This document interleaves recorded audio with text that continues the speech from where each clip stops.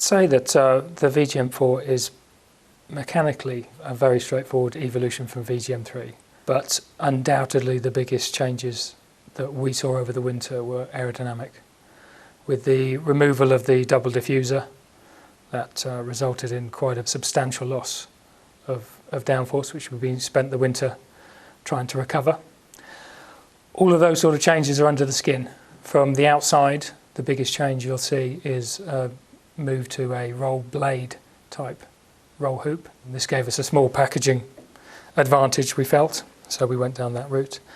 The KERS packaging was relatively straightforward. We've incorporated the Mercedes system, which we believe is very strong.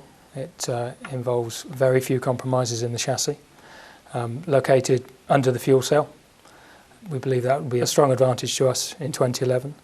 The resultant removal of F ducts means that the engine cover design has changed to suit that, but in its place we've got this drag reduction system, which from the outside you can't really see. You'll only see it when it's moving on the track. So those are the main changes. Mechanically, like I said, underneath it is an evolution. We've taken what we learnt last year, tried to move it up another step, and integrated that into VJM04. So nothing radical yet. We recognise obviously a big change with the Pirelli tyres coming in 2011. With that in mind, we've brought in some expertise and knowledge to help us understand the Pirelli tyres.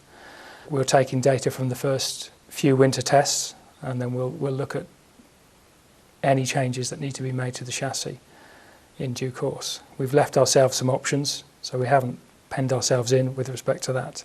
We just want to understand the tyres more fully before making any major changes.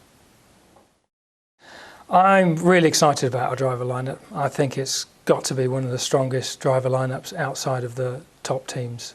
I think we've got some real talent in there, and I'm really looking forward to them getting in there and wringing the neck out of the car and seeing what it's capable of doing.